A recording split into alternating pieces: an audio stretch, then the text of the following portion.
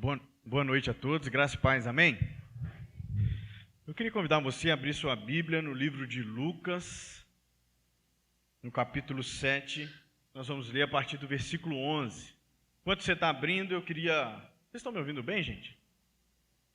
Eu queria agradecer ao pessoal da nossa cantina dos jovens, a liderança do Ministério Jovem, que tem se dedicado, tem trabalhado, tem feito cantina, tem corrido aqui e ali. Queria agradecer muito a Deus pela vida de cada um. E eu queria te convidar, sexta-feira nós vamos iniciar a nossa conferência. Você venha, traga uma pessoa, como o pastor disse. Você que não pode vir, está nos assistindo pela internet, terá transmissão, nós estaremos com você no online também. Vamos trocar de microfone aqui.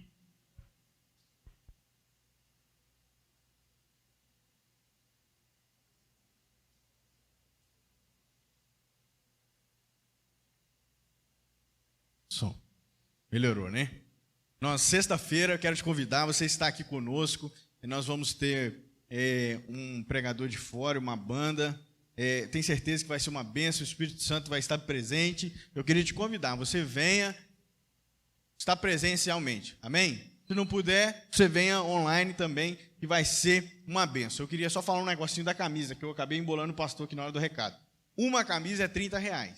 2 camisas para a mesma casa é R$50. E 3 camisas para a mesma casa é R$70. Ou seja, é para você vestir a camisa mesmo, porque lucro mesmo, no 70 a gente não tem. Mas a gente quer que você, a sua casa, esteja participando, esteja aqui conosco, todo mundo fardado com a nossa nova blusa. Tenho certeza que vai ser bênção para a sua vida. Vamos ler o texto essa noite.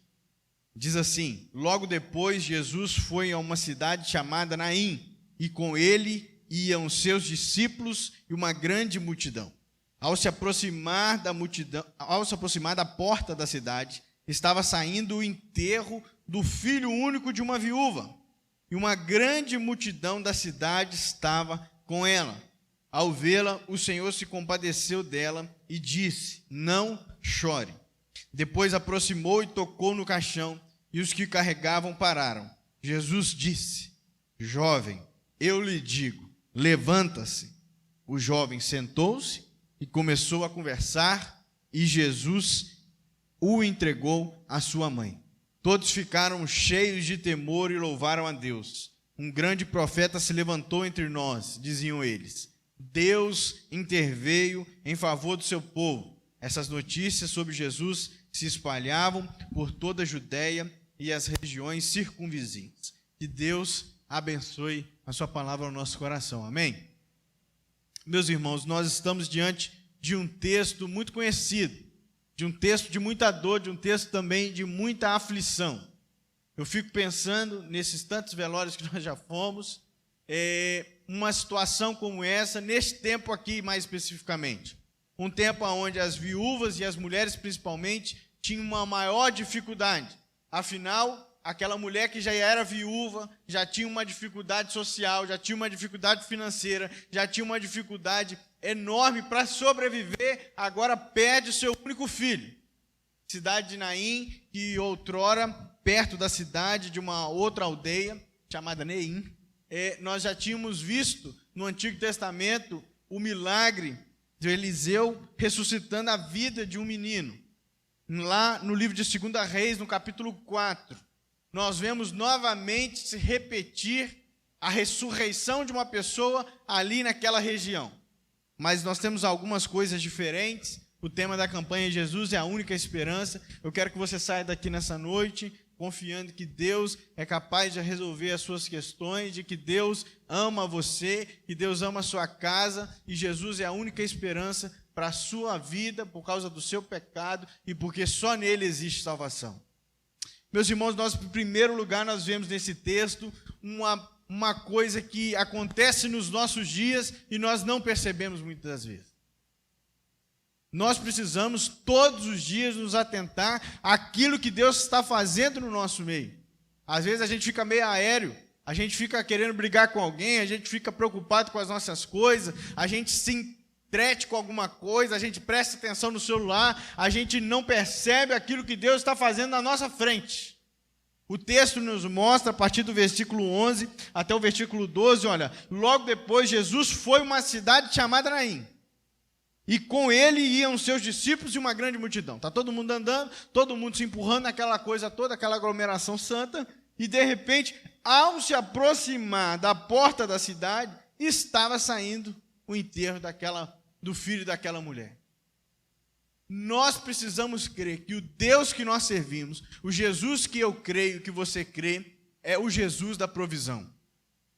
Você precisa crer que Jesus é aquele que provém as coisas para você. Mesmo nos momentos mais difíceis da sua vida, mesmo nos momentos de surpresa da sua vida, mesmo nos momentos que você não está esperando, Jesus é capaz de prover algo sobrenatural para você. O texto nos diz que existem parece uma coincidência. Jesus está saindo, andando com a multidão, e de repente, à porta da cidade está o enterro do filho único daquela mulher. Para aquela mulher, é o pior dia da sua vida, mas no pior dia da sua vida, ela consegue ter um encontro sobrenatural, e esse encontro sobrenatural vai trazer a vida de volta para o seu filho. Olha, nós vemos a Bíblia falar dessas coincidências muitas vezes. Nós vemos Abraão quando vai sacrificar Isaac no lugar de sacrifício, e de repente ele encontra o quê? Um carneiro para ser sacrificado. Nós vemos depois a Ruth, a Moabita. Eu preguei isso alguns meses atrás. Ruth, Moabita, vivendo, e o texto diz que de repente ela entra na fazenda de Boaz e ela tem um encontro que transforma a sua vida. É na fazenda de Boaz, naquele exato momento onde Boaz está entrando, ela conhece a Boaz, sua casa vai ser restaurada, a vida da sua sogra, Noemi, vai ser restaurada, e toda a sua descendência foi restaurada, e ela se encontra na linhagem messiânica de Jesus. Nós vemos também Jeremias, quando é lançado numa cisterna, e ali ele começa a afundar na lama, e não há ninguém para resgatá-lo. No livro de Jeremias, no capítulo 38, então ele é salvo naquele exato momento. Gideão, quando precisa de coragem, ele visita seus inimigos, e no meio da visita do acampamento, ele ouve uma palavra, os sonhos dos soldados, e ele volta cheio de coragem, e ele consegue dominar a terra mais tarde. As coincidências parecem que elas existem muitas das vezes, e nós ficamos na dúvida se são coisas de Deus ou não. Você já parou para pensar que Deus te livra de coisa que você não vê? É acidente que você não vê, é bala perdida que você não vê, é uma proposta que você deixou passar e que aquilo podia destruir a sua vida, é algo que você recebe no telefone que pode te levar para uma outra direção. São coisas que Deus vai nos livrando, mas são coisas também que Deus coloca na nossa vida que nos levam para um outro nível de intimidade com o Senhor. Deus é aquele que provém todas as coisas. Tem um autor que ele diz que as causalidades humanas, elas são causadas, mas isso tudo, na verdade, são divinas providências da parte de Deus. Você já parou para pensar que você só está casado com quem você está casado porque um dia você saiu de casa, você encontrou uma pessoa, esbarrou, conheceu, mandou uma mensagem, eu não sei como foi, mas você conheceu essa pessoa que você está hoje? Os seus filhos só existem porque um dia, na causalidade da vida, você encontrou a sua esposa ou o seu marido. O seu trabalho só aconteceu porque um dia você decidiu, então, mandar um currículo e a pessoa recebeu lá de bom grado e acabou te contratando. Um dia você veio parar aqui na nossa igreja. Quem tem mais de 30 anos aqui na igreja? 30 anos. Um dia você entrou aqui e você está aqui há 30 anos. Amém? 30 anos. 30 anos vendo gente sendo restaurada, gente sendo curada, gente casando, gente tendo filho, gente batizando filho. 30 anos que você tem visto a misericórdia de Deus e as causalidades humanas aqui, mas não é humana, é coisa que vem de Deus. Jesus é o Deus da provisão, Ele provém. A Bíblia diz que no Antigo Testamento o povo não tinha o que comer no meio do deserto. O que acontecia? Caía maná para o povo. O texto vai dizer no livro de Êxodo que quando Moisés está indo ao faraó pedir para sair para o meio do deserto, a expressão, acho que no capítulo 3, vai dizer que deixe que meu povo vá fazer uma festa no meio do deserto. Gente, todo mundo sabe que deserto é um lugar árido, um lugar que faz calor de dia, de noite às vezes faz frio, o pessoal não tem que comer, não tem bica, não tem onde lavar a mão, não tem nada. Mas Deus ia sustentar o povo no meio do deserto, seja com maná, seja com a nuvem, seja com a água, na hora que bate na rocha e sai água, seja com a purificação da água, seja com o que for, porque Deus que nós servimos é um Deus que provém tudo que nós precisamos para mim e para você. Um dos salmos mais conhecidos do nosso meio, que tem para-choque de caminhão, está para todo lado, diz que o Senhor é o meu pastor e o quê? E nada vai me faltar. Porque o Deus que nós servimos, Ele provém as coisas para nós. A Bíblia diz que nunca viu um justo mendigar do pão, nem a sua descendência passar fome. Nós o tempo todo estamos inseridos na ideia que Deus provê as coisas por nós. Deus provê as coisas para aquele que Ele ama. Nós lemos no texto bíblico que todas as coisas cooperam para o bem daqueles que amam a Deus. Deus ama você, meu irmão. Deus ama você que está pela internet. Deus me ama. Deus proverá aquilo que nós precisamos, e nem sempre a provisão é a respeito de dinheiro, simplesmente. Deus provém um consolo para o meu coração, para o seu coração. Deus resolve as nossas crises, Deus retira o nosso medo, e Deus revive tudo aquilo que estava morto dentro de nós, se essa for a vontade dEle. O Deus que nós servimos é um Deus que olha por nós com carinho. E existe um outro autor que ele diz que não há uma polegada em toda a área da existência humana em que Cristo não seja soberano e que Ele não reivindique tudo como se fosse seu. No princípio era o Verbo era Deus e o Verbo estava com Deus. Antes de todas as coisas existirem, Deus já existia, Deus já sonhava com você, Deus já tinha planejado a sua família, Deus já tinha planejado você, porque Ele tem uma missão para nós, nos ama. É isso que um dos versículos mais conhecidos da Bíblia diz para nós. Que Deus entregou o seu único filho para morrer o quê? No nosso lugar. Porque Ele me amou tanto, te amou tanto, que Ele decidiu prover o sacrifício para que hoje você, pecador do jeito que você é, miserável do jeito que você é, condenado ao inferno, agora não mais, mas é justificado pela graça de Jesus. Você precisa crer que Deus é capaz de prover as coisas para você. Você precisa crer que 1000 cairão ao seu lado e 10.000 vão cair à sua direita, mas você não será atingido. Isso não é um lema que a gente coloca simplesmente dizer para nós que nós não passaremos por dificuldade. É uma ideia e um versículo, é a palavra de Deus que nos diz que mesmo se nós passássemos por dificuldade, e nós vamos passar, porque a Bíblia diz que Jesus nos disse que no mundo nós teríamos o quê? Aflições, nós vamos passar por essas aflições, confiante, porque o Deus que nós servimos, Ele chama Deus Emanuel, Ele é o Deus que está conosco, e o próprio Jesus nos disse para os seus discípulos, olha, vocês não ficarão órfãos, eu estarei com vocês até o final dos tempos. O final dos tempos ainda não chegou, chegou?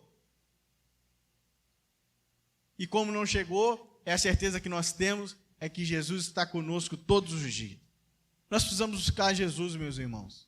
Nós precisamos colocar o nosso coração no Senhor. Eu estava conversando com o pastor essa semana. Às vezes a gente enche de tanta coisa. A gente pensa tanta coisa. A gente vê tanto jornal. A gente vê tanta fofoca. A gente vê tanta coisa, que parece que o nosso coração só está cheio disso. Mas nós precisamos nos encher daquilo que o apóstolo Paulo vai dizer, que a paz de Deus que excede todo entendimento, que nós possamos pensar em coisas boas, em coisas de paz, aquilo que Jesus fez por nós, no teu sacrifício, na bondade de Deus, nas músicas. A Bíblia diz que Deus habita no meio dos louvores. Nós precisamos cantar, nós precisamos ler a Bíblia, nós precisamos orar, porque quando nós estamos junto com Jesus, quando nós estamos apegados ao Espírito, Deus nos mostra claramente e a gente fica mais sensível para perceber que o Deus que nós servimos provém todas as coisas. Eu não preciso nadar e morrer na praia, não, porque tudo o que eu preciso já foi conquistado na cruz do Calvário. Tudo o que eu preciso já foi conquistado no sacrifício de Jesus. Nós precisamos crer, assim como a viúva de Naim, que um dia, uma causalidade talvez humana, Deus colocará a mão, abençoará a nossa casa, a nossa vida, e nós seremos transformados. Mas o texto também diz para nós, o livro de Isaías, no capítulo 43, o versículo 19, diz que: eis que eu faço uma coisa nova, agora sairá uma luz, porventura não a percebeis? Eis que porei um caminho no meio do deserto, e os rios no ermo. Deus é capaz de colocar tudo que está fora do lugar no nosso coração, no lugar. Tudo que está fora do lugar na nossa vida, no lugar. E Ele é capaz de brotar algo novo dentro da minha vida, da sua vida. Nós precisamos crer. Isso é simplesmente por causa de nós, da nossa fé. Nós precisamos apenas crer. Eu tenho estudado sobre o Pentecostes, sobre o Espírito, e uma coisa que nós falamos, nós pedimos de novo para que Deus faça outro Pentecostes. O Pentecostes já foi feito. A descida do Espírito já aconteceu. Para a igreja de Deus na terra, o Espírito já desceu. Nós vemos no Novo Testamento a descida do Espírito em outras ocasiões mais específicas, porque Deus pode abundar a sua vida do Espírito Santo hoje. Deus pode abundar a vida daquele que não tem a Cristo com o Espírito hoje, mas o Espírito Santo já está disponível. A esse mesmo Espírito que, como diz a profecia de Joel, os velhos terão visões, os jovens terão sonhos. Nós, por causa do Espírito, avançaremos como igreja de Deus. A igreja pode passar por perseguição, a igreja pode passar por dificuldade, a igreja sempre passará por alguns percalços, mas nós precisamos crer que é o Espírito que nos envia, é o Espírito que nos impulsiona, é o Espírito como uma mola propulsora que nos coloca adiante. Nós precisamos reagir, encher o nosso coração de esperança, porque a nossa única confiança está na pessoa do Senhor Jesus Cristo. Você precisa crer que Deus é capaz de prover algo para você, assim como Ele proveu para essa viúva. Você precisa ir para a sua casa cheio de esperança e de confiança no Senhor. O texto no versículo 13 diz assim: ao vê-la, o Senhor se compadeceu dela e disse: não chore. Se você voltar à sua Bíblia, alguns versículos, você vai ver que Jesus, alguns versículos antes, Ele cura a vida do filho do centurião. Alguém totalmente diferente da vida da viúva. Alguém em outro estágio da vida. Alguém com dinheiro, com status e com poder. Alguém que não pertencia ao grupo da viúva. Alguém que poderia obter favores mundanos mais fáceis que aquela mulher. Alguém que chegava no lugar e as pessoas respeitavam ele por causa do seu cargo. Mas o mesmo Jesus que encontra o centurião é o que encontra a viúva. É o que encontra Zaqueu. É o mesmo Jesus que encontra os leprosos, os cegos, os deficientes. É o mesmo Jesus que até que encontra o morto e faz do morto uma nova pessoa. É o mesmo Jesus que um dia Ele veio por nós, encontrou você vivendo uma vida totalmente errada, cheia de pecado, cheio de orgulho no seu coração, cheio de ingratidão, cheio de soberba. Esse mesmo Jesus que veio para mim e tirou o pecado que existia outrora, e agora eu vivo uma nova vida em Cristo Jesus. O Igor que existia antes de Cristo já não existe mais, porque agora nós somos o quê? Uma nova criatura no nome de Jesus. É por causa desse encontro que nós fomos transformados. É por causa dessa vida em Jesus que nós fomos mudados. E ele agora encontra essa viúva e ele diz que cura a vida dessa viúva e ele diz para ela para não chorar. Mas o que eu aprendo nesse versículo 13 é que Deus é aquele que dá esperança ao que sofre. O Jesus que nós servimos, Ele dá esperança àquele que sofre. Se Ele é um Deus que provém, Ele dá esperança àquele que sofre. Meus irmãos, nós temos visto na mídia, em alguns lugares, como aquele pessoal no Afeganistão tem sofrido. Eu não sei se você viu aquele vídeo daquele menino que subiu no avião dos soldados americanos e chegou lá em cima e ele caiu. Sofrimento angústia, medo, desespero total, a ponto de alguém pensar que ele é capaz de segurar no avião e chegar lá nos Estados Unidos pendurado do lado de fora do avião. Olha só, se aquele menino pensasse 5 minutos racionalmente, ele ia perceber que aquilo não ia dar certo. Mas é o medo, o desespero, o medo de morrer, o medo de não conseguir viver a vida que ele sempre sonhou, o medo da sua casa ser destruída. Nós temos visto, gente, não só o medo no Afeganistão, mas o medo nas nossas ruas. Nós saímos com medo. Medo de ser assaltado, medo de tomar um tiro, medo de ser atropelado, medo do coronavírus. Eu lembro que ano passado, em março do ano passado, a gente tinha mais ou menos a ideia que se a gente abrisse a boca em público, o coronavírus vinha correndo e entrava dentro da gente. É ou não é? Você não teve isso, não? Eu lembro de um dia, numa conversa de um amigo meu, a turma mandou: olha, eu fui no mercado hoje e já fiz as minhas compras. Vá também, porque nós vamos ficar sem comida, a coisa vai ficar ruim, vai ter caminhão, não é? Caminhão de gente carregando as pessoas ao nosso redor.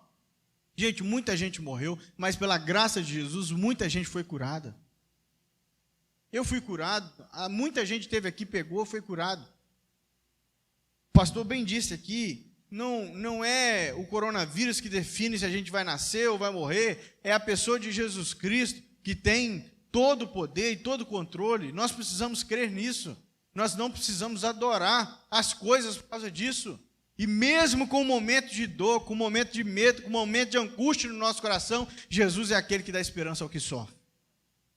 Aquela viúva tinha perdido o seu filho nesse momento do texto, mas se ela é viúva, ela também já perdeu quem? Seu marido.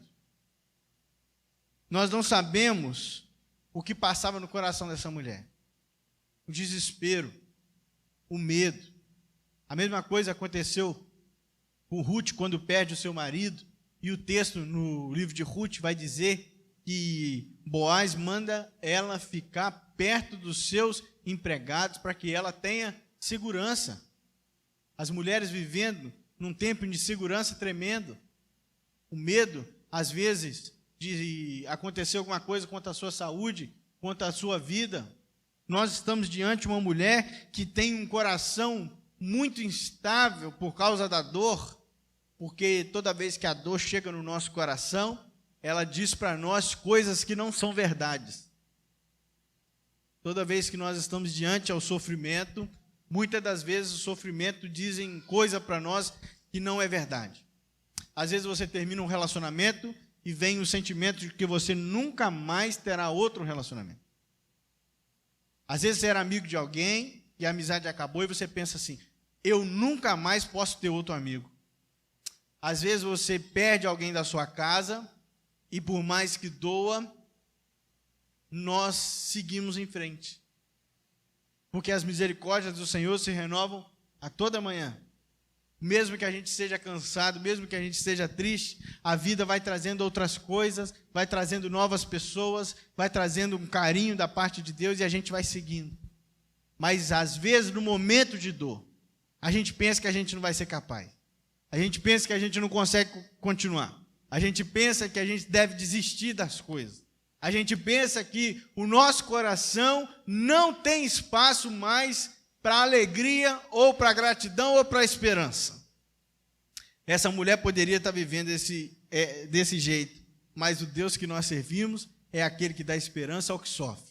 Nós lemos o texto de Gênesis e nós vemos que Deus retirou José de um lugar horrível de escravidão, Deus retirou José de um lugar de humilhação, Deus retirou José do sofrimento, da ingratidão, de um lugar que aonde ele podia ficar pensando noite e dia: por que fizeram isso comigo? Mas Deus colocou competência na vida de José, Deus colocou responsabilidade, Deus colocou alegria, Deus colocou temor no Senhor e a vida de José foi restaurada.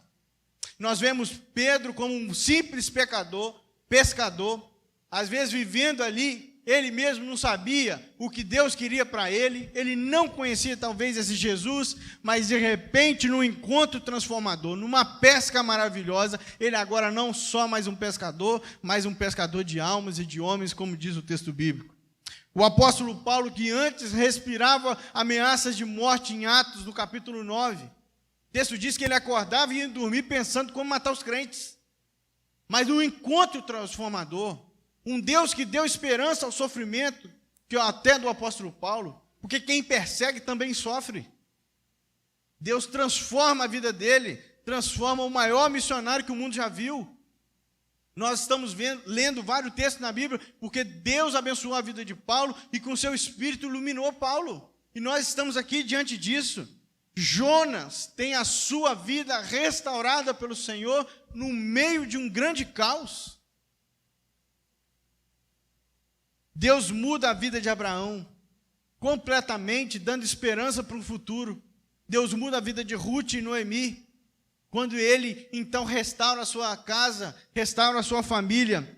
Deus tira Daniel da cova dos leões e fala assim: não vai ser hoje não, Daniel, você pode continuar, eu estou com você.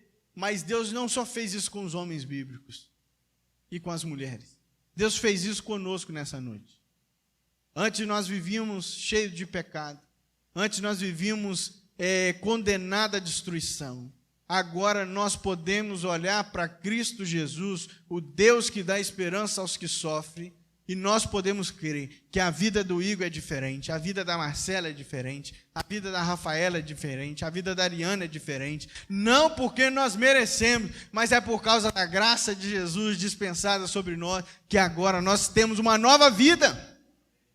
Você precisa crer que Deus restaurou o seu coração. Pastor, eu estou em sofrimento, Deus dá esperança para você. Pastor, eu não sei como fazer, Deus é capaz de prover as coisas para você. Pastor, eu não sei como eu vou viver amanhã, Deus é capaz de ungir a sua casa, fazer algo novo, transformar a sua vida, abrir um caminho novo para você. Você precisa crer, nós precisamos crer, isso é um exercício diário para nós. O texto no versículo 14, vamos ler todo mundo junto para você acompanhar, versículo 14, diz assim: depois aproximou e tocou no caixão. Os que carregavam pararam. E Jesus disse: jovem, eu digo, levante-se. O jovem sentou-se e começou a conversar, e Jesus o entregou à sua mãe. O Deus que nós servimos não é um Deus que simplesmente provém as coisas para nós. Nós não estamos falando de um Deus que vive lá no céu, assistindo a gente como se nós estivéssemos num grande Big Brother, e faz o que vocês quiserem, e eu não estou nem aí para vocês. Não. O Deus que nós servimos é um Deus de amor, é um Deus de misericórdia, Ele olha para você. O Hernandes Dias Lopes tem uma frase que ele diz que o mesmo Deus que governa todas as coisas com uma mão, a outra mão ela é capaz de enxugar todas as nossas lágrimas. Nada, Deus não é pego de surpresa em nada, meus irmãos. Nem na nossa vida, nem na nossa nação e nem na história do universo. O Apocalipse conta para nós de um governo da pessoa de Jesus. O Cordeiro agora reina como leão. Você precisa crer nisso. Mas se nós sabemos que Deus é aquele que provém, nós vemos e nós estamos aprendendo que Deus é, na pessoa de Jesus, Ele é aquele que dá esperança ao que sofre. E eu e você sofremos, porque todo mundo sofre. Toda casa precisa de consolação, todo mundo precisa de um abraço, todo mundo precisa de um carinho, até aquela pessoa mais difícil possível. Essa pessoa precisa de consolação e de conforto, porque a vida vai trazendo desafios diários. E nós precisamos ter esse conforto e Deus nos dá esperança. Mas o texto nos ensina agora que Deus é aquele que revive até o que está morto. Nós sabemos que no texto do Eliseu, onde ele vai curar o menino, o texto diz que ele sobe em cima do menino. Ele sobe em cima do menino, ele clamou 3 vezes, sobe no menino e clama ao Senhor. Ele sobe no menino, ele clama 3 vezes, ele se estende em cima do menino e ele pede para Deus fazer o milagre e o milagre acontece. Nós estamos diante de um outro texto. O texto diz agora que Jesus aproxima-se do caixão, o pessoal para, Jesus vira para o menino e fala assim: ó, jovem, levanta-se. Tem clamor 3 vezes? Tem deitar em cima do menino? Tem aquela coisa assim? Porque eu fico pensando, gente, você vendo uma coisa dessa, igual o profeta estava vivendo, sobe em cima do menino, clama, pede a Deus, deve ter falado mais alto um pouquinho, não sei, você fica com angústia danada, né? Será que vai ou não vai? Será que vai acontecer ou não vai? É ou não é? Eu já orei por cura de gente, de botar a mão na pessoa e pedir para Deus curar. Você fica com expectativa de que a coisa aconteça imediatamente. Mas a gente não sabe se vai acontecer ou não.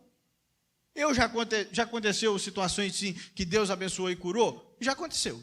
Mas já aconteceu também algumas vezes que a gente orou e não curou e Deus levou, porque Deus cumpriu o que tinha que cumprir para aquela pessoa. Nós estamos falando de um texto onde ele está numa luta angustiante. Se eu e você estivéssemos lá, nós íamos ficar só assim, ô Senhor, tem misericórdia, faz isso funcionar, faz isso aqui. Mesma coisa com possessão demoníaca. Quem já participou de alguma coisa e viu, sabe muito bem como é. Ficar todo mundo numa angústia danada, todo mundo numa ansiedade danada, até que as coisas se resolvem.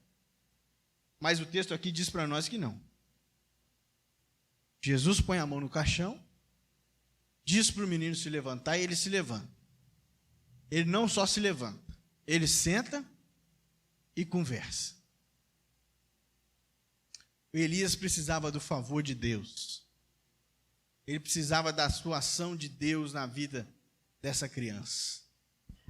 Mas a pessoa de Jesus é aquele que tem todo o poder, é aquele que tem toda a autoridade, é aquele que tem toda a glória reservada para si próprio, é aquele que pode simplesmente com uma palavra trazer de volta aquilo que estava morto. O menino foi ressuscitado. Aquela viúva, então agora tem o seu filho de volta. Eu posso ter certeza que eu fico pensando que quando esse menino levanta e começa a conversar, não devia ter um pio no meio da multidão. Ninguém fala nada. Porque quando nós estamos diante do poder de Deus, muitas das vezes nós ficamos estáticos. Nós ficamos parados, tentando ver o que está acontecendo. Imagina você, gente, nós estamos no meio do enterro, Jesus chega, põe a mão, fala, levanta, o menino senta e conversa. Uns devem ter caído para trás, outros devem ter desmaiado, outros devem ter ficado assim, estatelado. Porque pensou assim, o que está acontecendo aqui? O que está acontecendo aqui só pode ser resultado de uma coisa. Isso aqui só pode ter sido o próprio Deus fazendo, porque nem o diabo tem autoridade para fazer isso. Eles devem ter ficado com uma coisa tremenda. Olha, Jesus, o livro de Tito, no capítulo 1, versículo 15, diz que todas as coisas são puras para os puros. Jesus rompe uma barreira daquele tempo, onde não podia encostar naquele que estava morto. Jesus acaba purificando aquele menino ali. Não pode tocar no defunto? Jesus não vai apenas tocar, não. Ele toca e faz reviver, e o menino sai andando e conversando ainda. Eu imagino qual foi a conversa do menino. Porque estava morto, voltou. Opa, gente, tudo bem, onde nós estamos indo?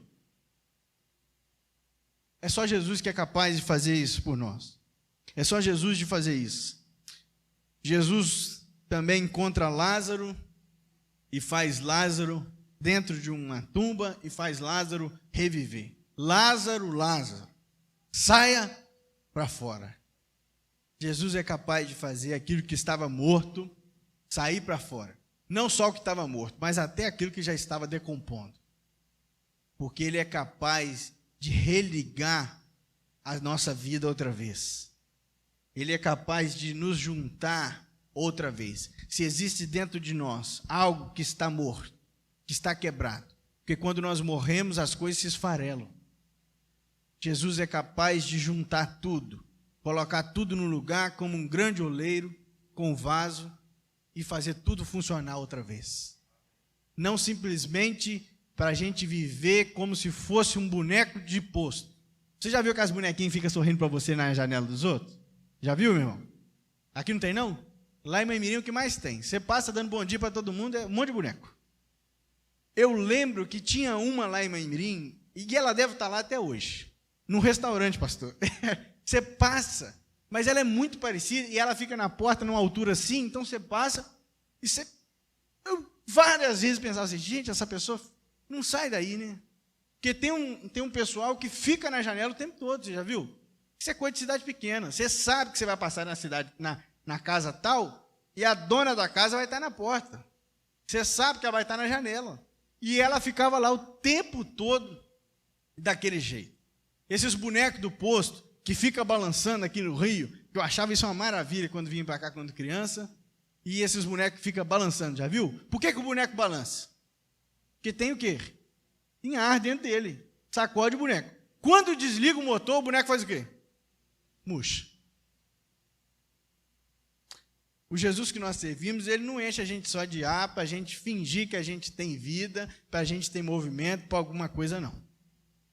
Quando nós somos cheios do Espírito, quando nós somos cheios da pessoa de Jesus, quando nós somos cheios da graça de Jesus, a nossa vida tem solidez, a nossa vida tem robustez, a nossa vida tem a presença diária do Cristo ressurreto.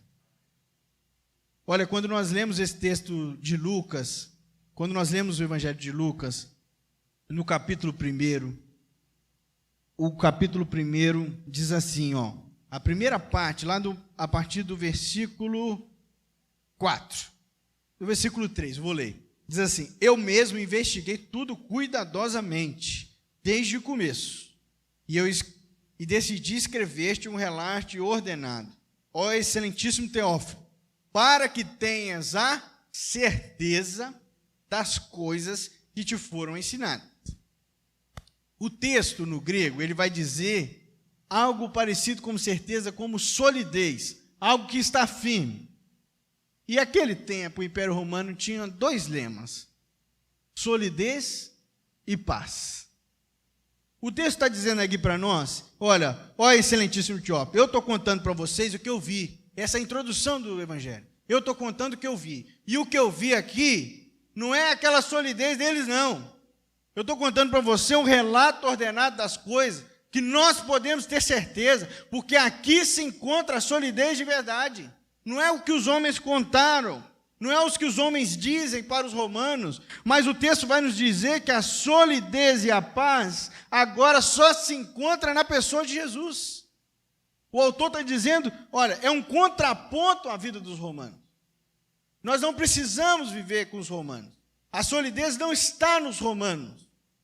O mundo não é governado pelo império X ou Y, governado pela nação X ou Y, mas o mundo é governado pelo Cordeiro de Deus, que estava morto e tirou o pecado do mundo. A única esperança que existe para a nação brasileira se encontra na pessoa de Jesus. A única esperança que se encontra no nosso mundo, no Ocidente e no Oriente, se encontra em Jesus Cristo, o Nazareno, aquele que nasceu na manjedoura e morreu numa cruz, e ao 3º dia ressuscitou. Porque não existe ninguém que tenha ficado de fora do despejar da graça de Deus. Já parou para pensar? Eu falei mais cedo aqui do Pentecostes. Pentecostes tem som, tem clarão, tem barulho, e ao mesmo tempo tem gente não entendendo. Na descida do Espírito tem tudo isso. Tem clarão, som e barulho.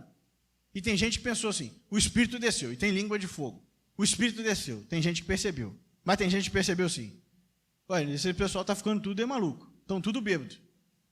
Porque tem gente no nosso meio, vendo que Deus está provendo, Deus está dando esperança aos cansados, Deus está restaurando aquele que sofre, Deus está trazendo de volta aquilo que estava morto, e a pessoa parece e acredita que nada está acontecendo.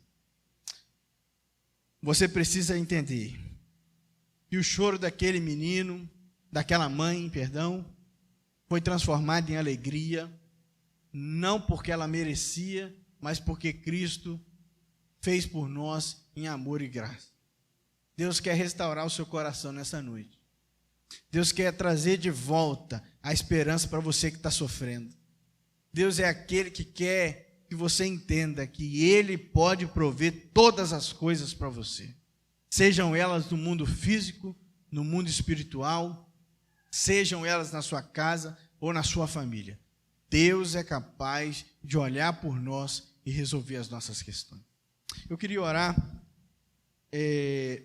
Nós vamos orar nessa noite. Eu queria que você ficasse de pé, só para você ficar mais ligado aí, que você abaixasse a sua cabeça neste momento,